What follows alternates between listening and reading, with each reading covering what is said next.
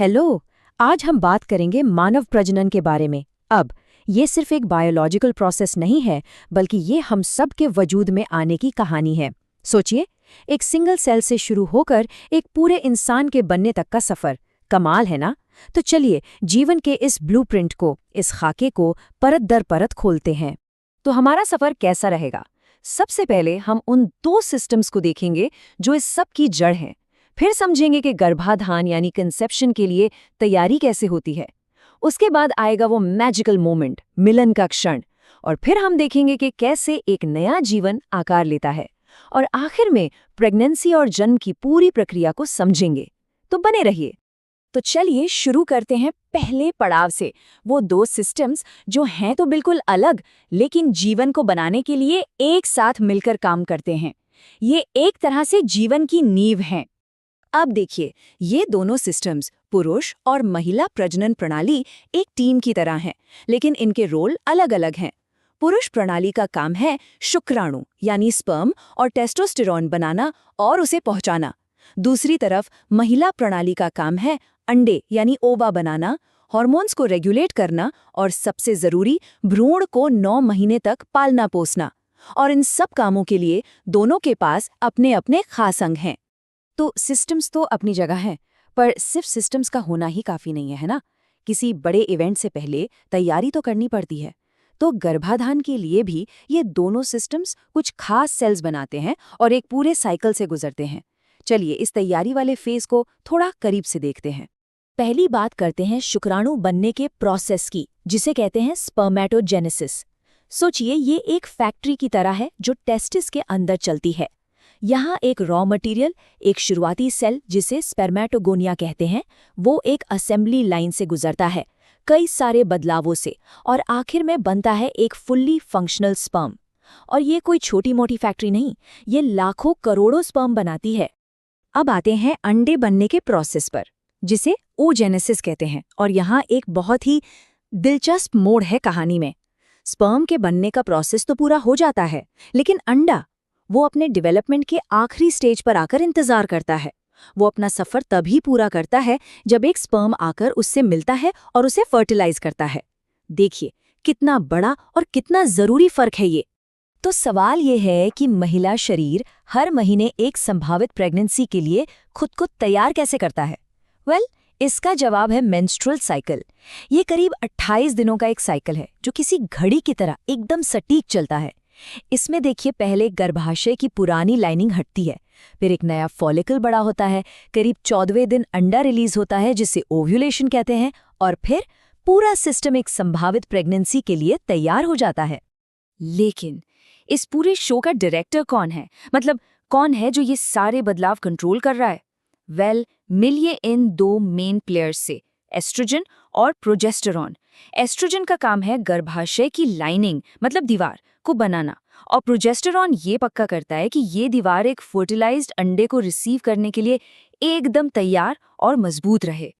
तो तैयारियां पूरी हो चुकी हैं, स्पर्म तैयार है, अंडा इंतजार कर रहा है। अब वक्त है उस पल का, उस मोमेंट का, जहां दो रास्ते मिलकर एक हो जाते हैं, और यहीं से एक बिल्कुल नई जिंदगी की कहानी शुरू होती है। पर एक मिनट, ये जो इतना बड़ा बायोलॉजिकल मूवमेंट है, फर्टिलाइजेशन, ये आखिर होता कहाँ है? शरीर के किस हिस्से में? और इसका जवाब है फैलोपियन ट्यूब का एम्प्यूला। जी हाँ, यही वो खास जगह है, वो स्पेसिफिक लोकेशन जहाँ स्पर्म और अंडे का मिलन होता है। प्रकृति ने इसके लिए एक खास जगह तय कर रखी है। और जब ये मिलन होता है तो जो चीज़ बनती है उसे कहते हैं ज़ाइगोट। ये एक नए जीवन का सबसे पहला सेल है, सिर्फ एक सेल।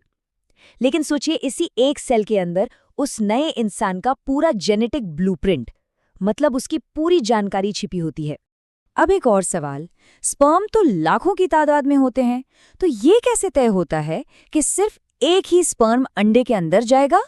यहीं पर एंट्री होती है ज़ोना पेलुसिडा की। ये अंडे के चारों ओर एक प्रोटेक्टिव लेयर है, एक गेटकीपर की तरह। जैसे ही पहला स्पर्म अंदर घुसता है, ये लेयर फौरन सख्त हो जाती है और बाकियों के लिए नो एंट्री का बोर्ड लगा देती है। तो फर्टिलाइजेशन तो हो गया, पर कहानी यहाँ खत्म नहीं होती, बल्कि असली कहानी तो अब शुरू होती है। एक सिंगल सेल से शुरू होकर गर्भाशय की दीवार में इम्प्लांट होने तक का सफर ये बहुत ही तेज और कमाल का होता है। पहले हफ्ते में जो होता है वो किसी जादू से कम नहीं।